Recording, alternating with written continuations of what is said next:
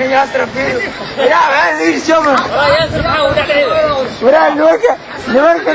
مؤخرا كان يا بابا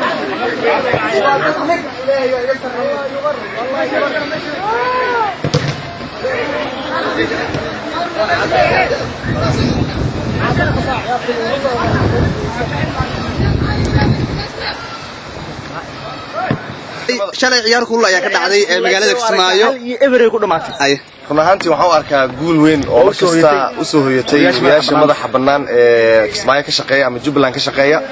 waxaan leeyahay markasta sidaan u guuleysan jireen horta wiilasha madaxa bannaan dhanka wararka haday ahaato loolana jiro ogtiin waxaad ku leedahay wariyaha madaxa bannaan waxaad ku leedahay wariyaha madaxa bannaan ay kala qaru kala kala aadog aad ugu faraxsanahay ruuxaantiina aad ugu faraxsanahay mar walbana saaran qaraaci laba qof la hadlaa qof meedrin soodkeeya jimcadaha jimcadaha ka daran jimcadaha dhagaha la isku laawaya tii shalay dileen oo kale